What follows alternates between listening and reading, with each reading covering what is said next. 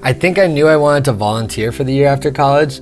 I did not fully anticipate how big of a step it would be. There's going to service for 40 hours a week typically. There's just the excitement of being in a new city. Seattle is great for like biking. I often bike to service, and especially if it's a sunny day, it's such a nice way to start the day. It's such a nice way to end the day. Transition Resources is like a long-term rehabilitative center for people with severe schizophrenia. It was with a whole new group of clients that I had never encountered before, but I think that there's a lot of like learning and growing that comes from being a fish out of water.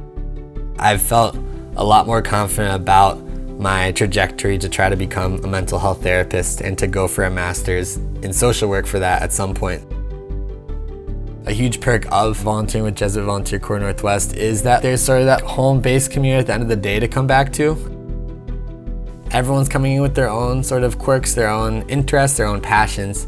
People who are united in their interest in social justice and their interest in ecological justice and their interest in spirituality and all the core values of the JVC Northwest. I think I've just been touched by like all the different ways that can actually manifest, and that there's not some sort of one size fits all.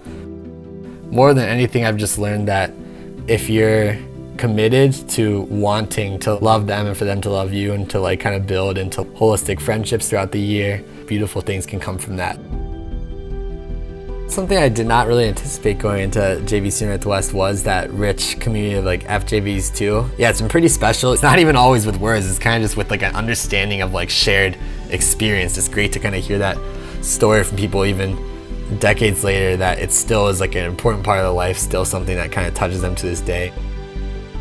Something that they talked about when we were signing up for JVC Northwest was that catchphrase, the ruined for life phrase. And I wasn't trying to go in assuming that I'd be ruined for life, but it turns out that I do sort of feel like I've been changed in a way that I can't really go back from.